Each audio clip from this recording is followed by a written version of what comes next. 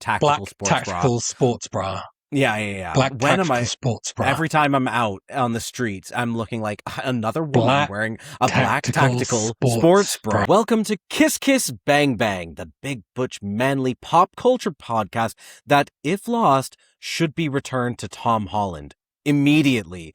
I'm Shane Holland. And I'm Andrew Wheeler. Today, we're talking about 2022's Uncharted, the American action-adventure film based on the popular video game franchise developed by Naughty Dog and published by Sony Interactive Entertainment. It was directed by Ruben Flesher, from a screenplay by Rafe Lee Judkins, Art Markham, and Matt Holloway.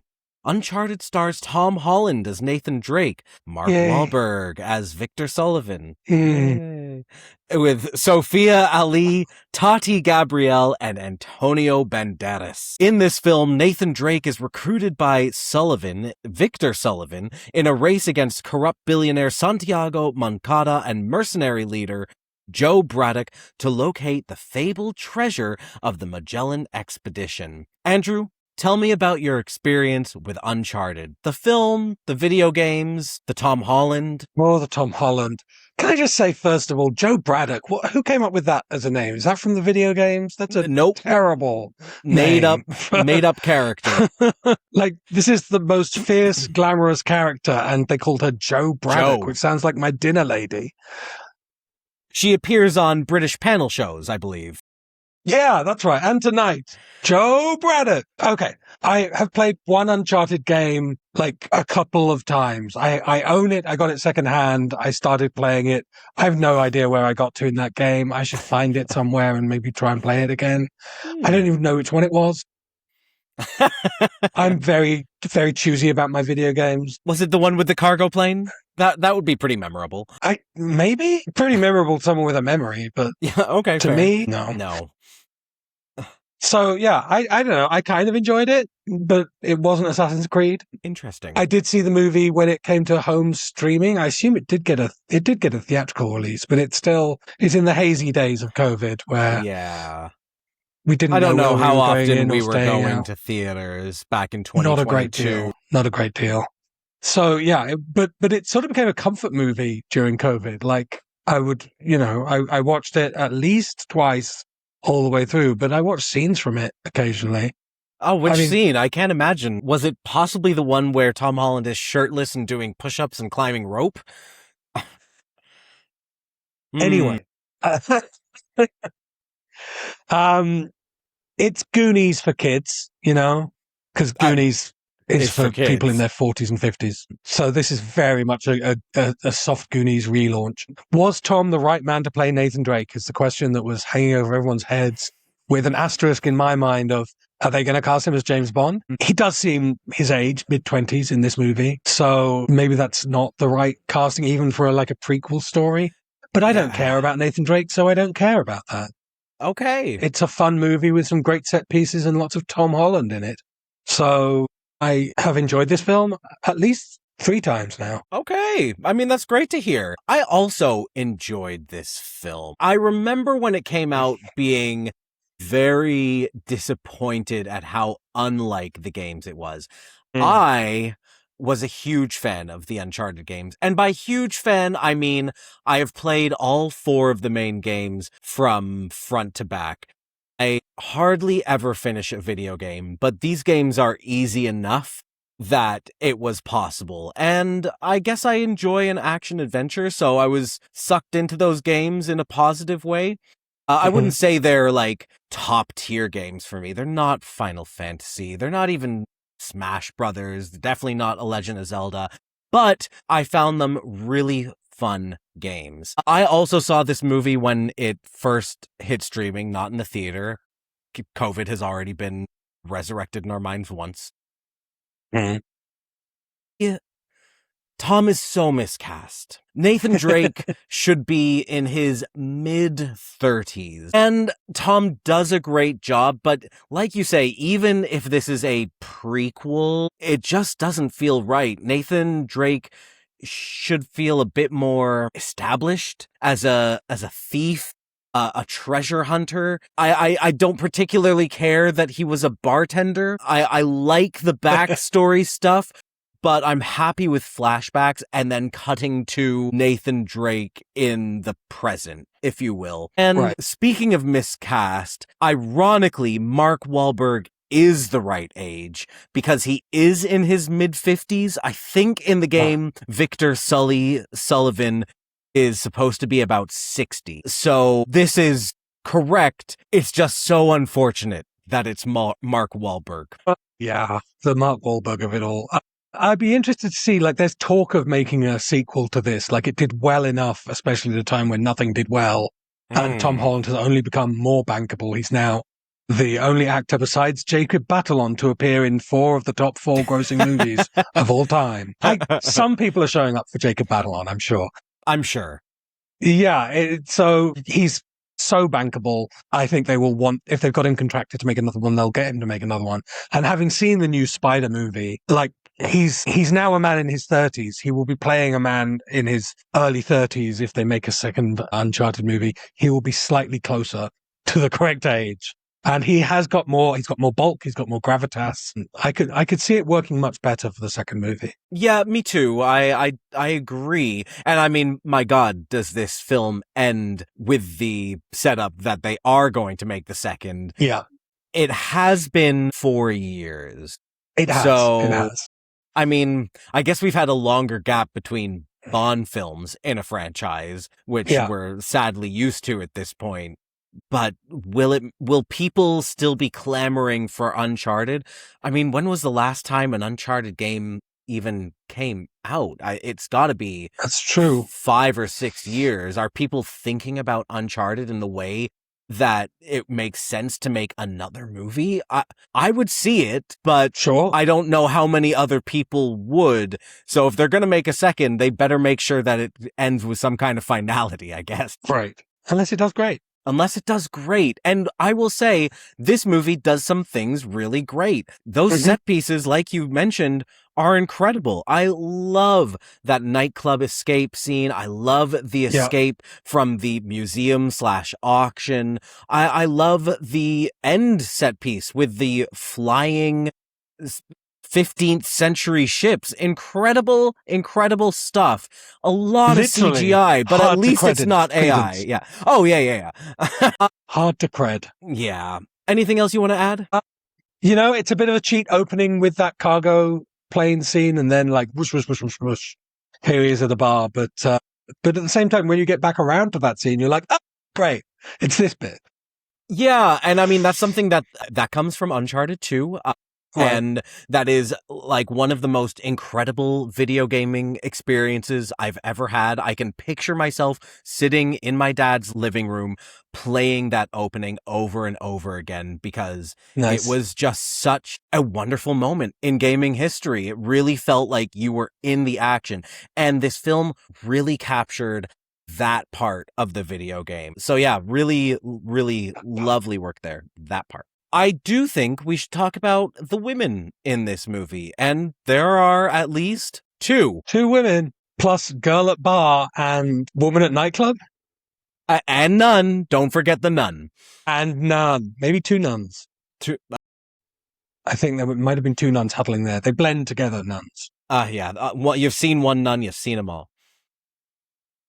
Well, for me, this movie is about one woman, with apologies to Sophia Ali as Chloe Fraser. But this is Tati Gabrielle's movie. Playing the glamorous and exotic Jo Braddock.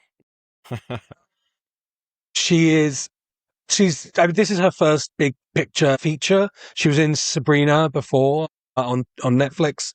Loved her on Sabrina. Love her in this. She is so glamorous.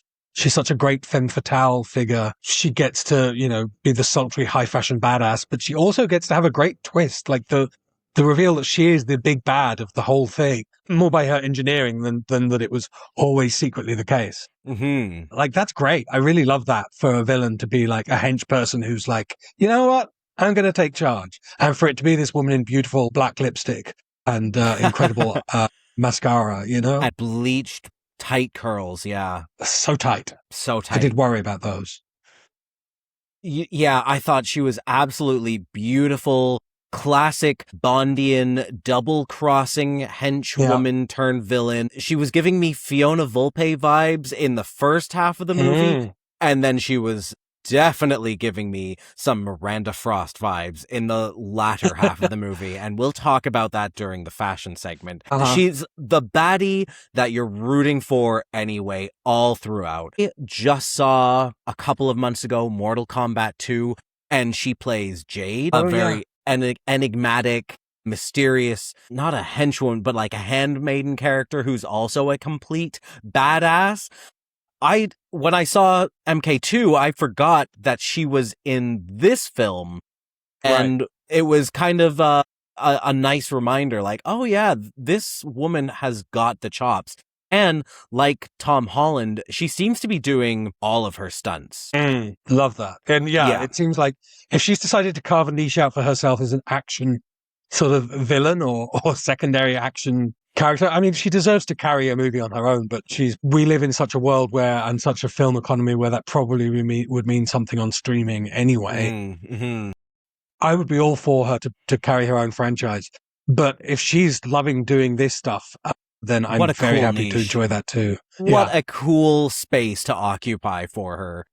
Yeah. And I just have to throw in that she is based on the character of Nadine from Uncharted 4, who basically has the same mythos. She is the leader of a group of mercenaries who ends up becoming the big bad and going down with the ship, shall we say. Nadine is a much sexier name than Joe. Yes. Yeah, and it's like, were they afraid to use the lore built from the video games because they're waiting to make Uncharted 4 the movie? It's not going to happen. So just use the character names. I would have been, I don't care about that retcon. I would be happy that they made that the story of the movie. Anyways. Fans are very chill about this sort of thing. So. Oh, yeah, notoriously. Well, actually, that happened in Uncharted 4. I literally just said that. And we have to talk about Sophia Taylor-Ali as Chloe Fraser, which is a name from the games, as mundane as it may seem. And she's one of the best characters in the franchise, which makes it all the more disappointing how one note this character is. Yeah, the character is basically sundress in a leather jacket. Like that is what she's introduced in, and that kind of defines her whole thing. She's like, I'm a kick-ass beautiful lady, which is not enough. I need more than We already have one of those. We already have one of those, and she's a richer character than just a sundress and a leather jacket. Yeah, I don't know. Maybe they underwrote the character, not knowing the character from the games. I don't know where the problem lies, but she was just a bit boring, and her accent traveled more than she did. So I wrote, is she Australian? ? Sometimes, a lot of the time, but then a lot of times she's like quite nondescript English, and then a little bit of a European blend in there at others. The character of Chloe in the games is so interesting because it is clear that she has a thing for Nathan, and Nathan, spoiler alert for these decades-old games now, like Nathan falls in love with someone else, and Chloe is like scorned, but she's such a tough character that she would never let Nathan know this. And it's played so well in the motion capture and in the voice performance. And I don't have the voice actors' names in front of me. I'm so sorry. But I didn't find any of that nuance to this character. Like, we get her backstory, but even then it's delivered, and again, no fault of the actress, it's delivered so like, here's the information, I'm moving on. And we never actually reckon with that information other than like, oh well, this is why she's untrustworthy. But like, show me that a bit more. I don't know how, and I don't know where in the film it would make sense, but I don't know, it just felt like an information dump that went nowhere. And she's completely missing from the final act of the film, and you don't miss her. No. Even when they see her from the helicopter and she gives them the finger, I think. Right. Like, it is a wide shot Like, we don't even get to see the reaction on her face or like hear her talking to herself. People in this movie talk to themselves a lot. Tom Holland looks at a barrel of gunpowder and goes, gunpowder. That felt very video gamey to me. Yeah. We get like one cutaway of her like saying, I don't know, calling them a name, I think. And that's it at that final shot. That's it. Yeah, that's it. Just, yeah, could have done with more of Chloe as a human being than just another woman. Yeah. Let's talk about the boys. Again, my focus is going to be in one place for this one. And it's not Mark Wahlberg, who, no thank you, he is, I don't know, the Jared Leto of Goombas. Oh. He doesn't bring much generally to the screen. He doesn't bring much at all to this movie, I feel like. Like, his character seems to be mostly about wisecracks, and I don't think he's good at delivering wisecracks. I don't think he has the spark within him to deliver a one-liner, and it's frustrating. The character of Sully is so much more, I don't know, like mysterious, intriguing than what Mark Wahlberg portrays him as, or at least wise. Like, Sully was wise in the games and like he had all this knowledge and he was wisecracking, but it was always very tongue-in-cheek. Here, Mark Wahlberg just seems offended by everything, which seems like Mark Wahlberg. But he can forgive a lot, though, it turns out. Yeah, he's just a big slab of meat, and normally I would be for that, but we all know that this is a problematic man, and it makes it very hard to like any role that he plays. Yeah, and if you don't know what we mean, like, just Google Mark Wahlberg black people. Oh, I was thinking Mark Wahlberg Asian man. Oh, yeah, that too. I do want to talk about some good men. Antonio Banderas is in this movie. Good old Tony Flagg. He's still got it. He looks so good. This was only 4 years ago. This man must be in his early 60s? I think so. Yeah, Damn. I mean, he's clearly capable of like aging up and aging down, because he's been in roles where he's like a hirsute grey-haired man, and then he's in this where he kind of looks like he's still in his 40s. Yeah. Daddy. Yeah, he's got range. He's got daddy range. But also, like, he's not in the movie a whole lot. Like, they build him up and then they let him go, which is a bold gambit, I feel like. Yeah, I mean, I liked him in this movie. He didn't have much to do. And I appreciate how he's involved in the whole double cross of the film. But did I want to see him, like, holding a gun at some point? Yeah, absolutely. I thought for sure we were going to get a classic Antonio Banderas action scene. We do not. Yeah. Just when it's about to happen, spoiler alert, he gets his throat slit. Yeah, hard to come back from that. Yeah, there's a lumbering Scotsman who I did have to look up, Steve Waddington. Yeah. This was a beautiful, beautiful hunk, like 30 years ago.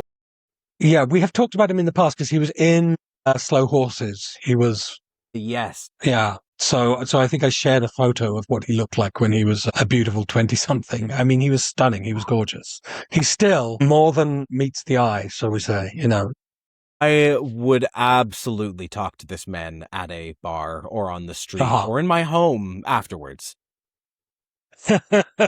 And there's another very incidental hottie in this movie in the end credit scene, the post credit scene, I guess. Pilo Asbeck? Pilo Asbeck, Euron Greyjoy from Game of Thrones, wearing an eye patch and giving very piratic vibes in whatever role he's playing. Absolutely gorgeous man. So, something about him just seems so charming and ruthless and sexual and dangerous and... I remember he was in a show years ago that was like a Scandi political drama, and I can't now remember the name, but I had quite a crush on him in that. He's an interesting looking man, but he has real sex appeal. Yeah, interesting is right. Like, very... the eyes are like wide apart, but not in a way that's like unsettling, just like, I don't know where I should look. I'd certainly bite that, Pilu. Hold for applause. Okay. I hear it somewhere out there. And then there's the price of admission, which is Tom Holland. Tom Holland. Lovely Tom. So beautiful. Just and the gratuitous shirtlessness in the beginning of the film like really keeps you in your seat. Dare not stand. And then we get a bit more later on in the film. He's just got a great body, Andrew. Great body. I have not seen the new Spider-Man yet, by the way, but I hear that it's even better. There's some amazing gratuity in that movie, for sure. It was kind of shocking to see, like, his body is amazing in this movie, and he's so much smaller than he is in Spider-Man. Like, he has grown. Here he looks sort of lean and elfin by comparison. Yeah. Gratuitous shirtedness. That's a thing that this movie introduced me to that I'd not seen much of before. Put him in a shirt, soak it through, and then just watch him, like, reach for things. And it's like, this is the best film I've ever seen. I think, again, like, he does amazing stunt work. Clearly, the Spider-Man films have just taught him so much because you cannot watch him twirling around on a banister and doing wall jumps and other parkour stunts and not think, like, oh, there goes Spider-Man. Kickoffs a big thing in the game because he does so many kickoffs. Bouncing off the wall. Yes, I want to say yes. I mean, I feel like you press X to do a jump attack, and sometimes he just kicks off a wall and does a crack around the neck kind of thing. But yeah, Nathan Drake is pretty flexible, let's say. Because, there's that moment, the bar fight, where his bartending skills come super useful. Mm-hmm. But he has to climb through that, like, closing doorway halfway up a wall. And instead of scrambling in through the hole, he bounces off the bar and jumps into the hole. And I'm like, that's Tom Holland, man. That's... Yeah. That's so much more exciting. He absolutely said, I think we can do this better. Yeah. And he and Simu Liu, like, the sort of the sexiness of being in full possession of your body and wanting to do your own fights because you know that you can. God, I love those boys. Oh, yeah. So good. So interesting that the entrance to this secret crypt was in a bar all along. And not in the pizza place across the road. They just needed to get the key. Or something. I don't know. The pizza place had a fresco in it, as all Papa John's do. Like you go into a Papa John's. In Europe, they might. And the experience is that behind some plastic plate glass is going to be an ancient work of art. It's more likely than you'd think, honestly. Like, the number of things that have been found in the process of building a building, and they're like, well, we can either stop building the building or we could put big perspex sheets over things so people can look at them. And they do it. I really need to visit Europe. This is on my fun bucket list. Should we talk about the music? I guess, yeah. This will be short. Yeah, I got two overall major senses of the music. One was EDM light, like very Jason Bourne bits. Okay. And then sort of generic action movie in the other parts. Like if they were in an old location, then it was action. It was sort of Indiana Jones-esque, but not really because it had no swells. And if it was in a modern location, then it was a bit of Jason Bourne, like lo-fi. I don't know. Yeah. Lo-fi. Yeah. Yeah, I hear that. I said very on the nose action movie stuff. Yeah. The Uncharted theme is not in there anywhere until after the post-credits theme. Would have appreciated that theme somewhere in the film just to remind us, like, oh, this is based on the thing that you like. But I guess they found it hard to mix in there. I don't know. There were plenty of Nathan Drake moments where it would have been appropriate, like, to insert the Bond theme, Yeah. It also seemed like a film that would have needle drops, and it doesn't. And that's really surprising to me. Yes. Yeah. There was the few times there were actual needle drops, they felt out of place. Like, because they were so few and far between, and they didn't really contribute to the feeling of the scene they were in. I don't know. The one I'm thinking of is at the very top of the movie, and it's a song I actually love and is like on my, Spotify 114-hour playlist, is Remy Wolf's Hello, Hello, Hello, and not just that version, it's the Polo and Pan remix. So it's like a very specific version of this song that I absolutely adore, and it introduces Tom Holland at the bar. I don't know why, but it's in there. Yeah, I mean, I guess that's the one place where, like, diegetically you would have a needle drop, so they do it. But yeah, it's a Ramin Djawadi score. He gave us the Game of Thrones theme, for example. Like, a very respected and prolific score writer. Wait, what's the word for that? Musician. And yeah, I think this one is not on his resume when he's sending out the applications. Ooh. He probably doesn't have to send out applications. No, absolutely not. And also, if you're prolific, then you're allowed to keep a couple things off. Yeah. Even though this movie made hundreds of millions of dollars. There was a closing theme song. We have to talk about the Bond theme of any movie that bothers to have one. And this has No Mind by Milk Blood. Hum a little bit of it, Shane. I literally finished this movie 30 minutes ago. I skipped past that as fast as I could. Shame. I really missed out on something special, apparently. Another lost classic. It was terrible. I hated it. I did not enjoy it. I heard the first verse and I was like, this isn't for me. Who is this for was actually the question running through my head. Like, and why are they called Milk Blood? That's horrible. Horrible. Is that an Aliens reference? Something to think about for those of you at home. Yeah, I really didn't care for it. And yeah, the music just washed over me like a cold blanket, I guess. Yeah. Let's talk about the fashion. Interesting fashion choices. Mm-hmm. There are some lovely suits, some decent gowns. I mean, Tati Gabrielle has the best outfit of the day. But fashion-wise, it felt very 2020s paying homage to the 90s. Like, let's have as little personality in here as is conceivable. Which felt like a great shame, but I assume that sort of video game logic is like, you don't want to spend a lot of money on designing outfits that are interesting. You just want stuff that's easy to animate. And on Tom Holland, those outfits become works of art because he can wear anything. A hot boy. See our last video, the braiding Tom Holland's looks, to know that boy can wear anything. He is beautiful. And yeah, I am a simp for a hot boy in a leather jacket, hoodie, t-shirt, and jeans combo. Like, that is so basic. Yeah. And we should all be ashamed. And it is catnip every time. It works. You know, and then he gets wet and it's like, okay, this is better. And then he gets a Henley on and then the Henley gets wet. And it's just like, I mean, I don't know where to put my eyes. I know where. Yeah, no, you're right. Yeah, those Henleys are something else. And I gotta say, it really, when he puts on that brown leather holster and he finally looks like the Nate Drake from the video games, it is a moment of like, oh, thank God they did that. Because he looks great throughout, but we have to, if you're gonna name it Uncharted, you gotta make it the character that we came here to see. I was appreciative. A little bit of strappy leather on Tom Holland. We've talked about it before. Mm-hmm. Oh, yeah. Mother. There are a lot of tank tops in this film of various colors, particularly worn by women.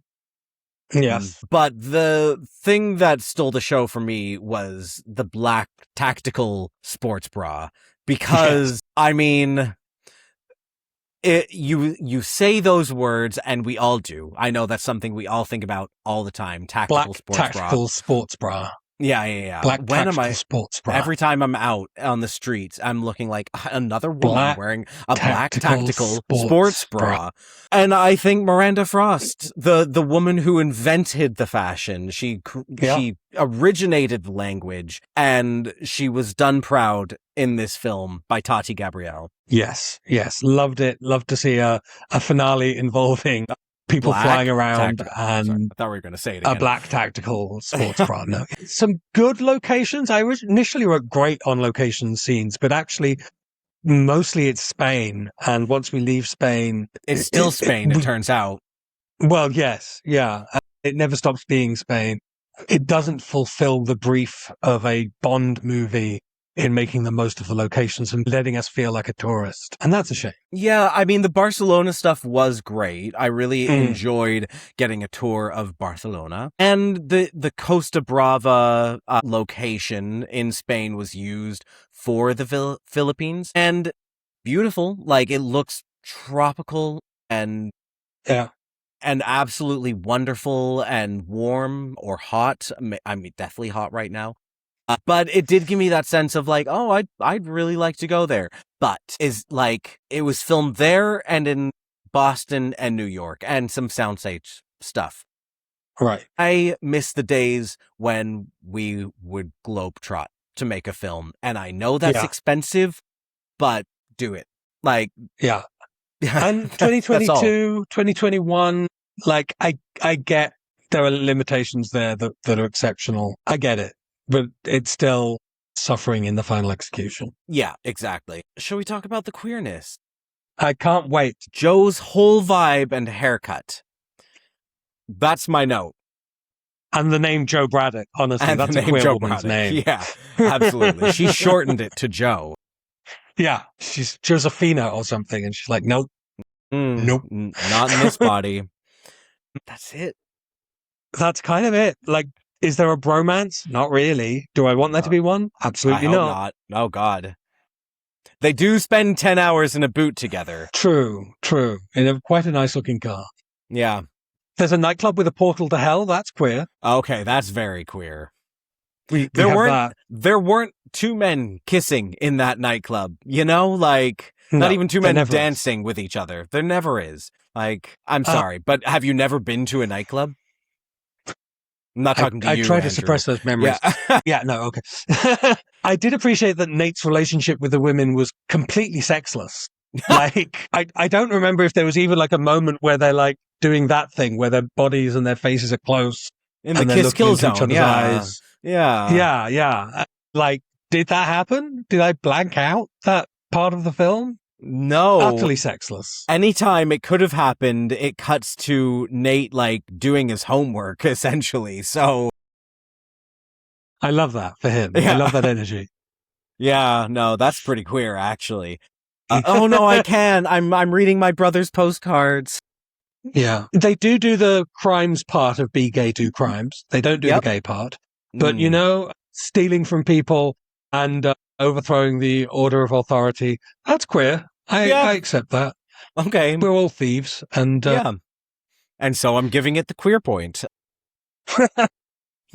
Well, on that note, should we give this film a score? I think that's a great idea. Yeah, so here at the pod, we give a base score out of 5 for the film as a whole, and then we have our gay score, which is points for the 5 categories we just talked about: women, boys, fashion, music, and queerness. Andrew, what are you going to give the film Uncharted out of 5? Is it a good film? No.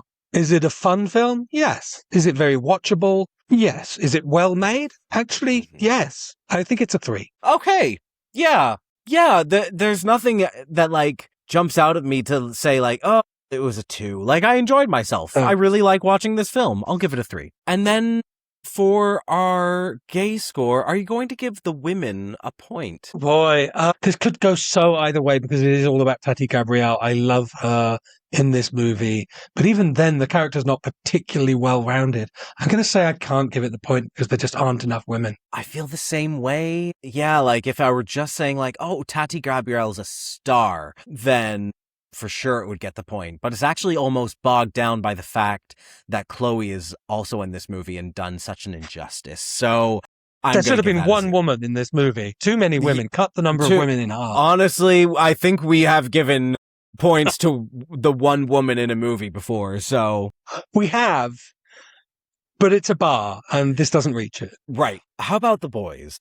What a hypocrite I am. I'm giving it the boy point for the sake of one boy. But he carries the whole movie on his lovely shoulders. He does, yeah. And the camera laps him up. I mean, that more than anything is what makes this a comfort movie, is that like, he's so pretty and he moves so gracefully and he's dressed like such a straight boy. And I really enjoy it. Yeah, I'll give it the point too. I am hesitant because Mark Wahlberg is in this movie, but he's kind of counteracted by Antonio Banderas being in this movie. Yeah. So if that equals a sum of 0, then Tom Holland gets the point. And hey, Steve Waddington, we'd like to see you doing more like brooding henchman roles. We're into it.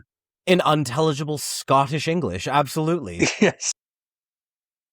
The music, I'm just going to cut to the chase and say absolutely not. I cannot. No point. And then what about the fashion? I mean, it is such basic fashion. So basic. But are we giving like it the Tom Holland bump because he's wearing wet Henleys? I don't think I can. I don't think I can either. No, it's a Uniqlo movie through and through. And Tom Holland already got my bump, you know? Yeah. Oh, I'll give him a bump, all right. I don't do that kind of thing anymore. I also am going to have to say I can't give this movie a queer point. Like, that's a non-negotiable. No. There's nothing in there for us. Nothing at all. Which makes this a particularly not gay film, unfortunately. Really dragging down the score. It got 1 out of 5 in our gay score. Are we applying a penalty to this film? I mean, there is a basis to say, yes, the women are underserved. And the casting chose Mark Wahlberg, a known awful human being. That's the strongest case, I think, because there's nothing offensive in this movie apart from the decision to cast Mark Wahlberg. But I'm not going to apply the penalty. Neither, like, he's in so many movies, like, people just seem to have forgotten. It's the same way that we know that Jared Leto is an awful person. Mm-hmm. So the whole damn system is wrong, is what I'm saying. I won't give it the penalty, but I am doing that with a caveat of protest. They let Mel Gibson make movies. They're putting Jonathan Majors in things again. Mel Gibson is going to be at Toronto Fan Expo. He is the headliner. God. Yeah, like Mike Tyson had a cartoon, for God's sakes. He is convicted. Yeah. Is the Uncharted episode the day we get into it? Right. No, we don't have lawyers. Here is my list. Oh, dear. Okay. It's a 4 out of 10. It's a 4 out of 10. That's really, I mean, honestly, that's what it has on IMDb. So we nailed it. So, yeah. Good. Go for us. Well, if you enjoyed this video and our takedown of male-dominated Hollywood, then please click the like button, subscribe to our channel, check out some of our other videos where we say disparaging things about other people who probably deserve it. Yeah, Jared Leto, mostly. Yeah, we've done a lot of his films. I do have to say that in the last time we talked about him, I said, I guess we're fans of Jared Leto. I know that you could take that clip and then use it against me in the future. I just want you to know I was joking. Yes. As always, thank you for watching. I can't believe I'm ending on this note. Kiss, kiss. Bang, bang. If you enjoyed this video, please click the like button and subscribe to this channel. You can follow Kiss Kiss Bang Bang on Instagram, TikTok, Blue Sky, and Letterboxd at KKBBpod, or email us at kisskissbangbangpod@gmail.com. Kiss Kiss Bang Bang is recorded in Toronto on the traditional territory of many nations, including the Mississaugas of the Credit, the Anishinaabeg, the Chippewa, the Haudenosaunee, and the Wendat peoples.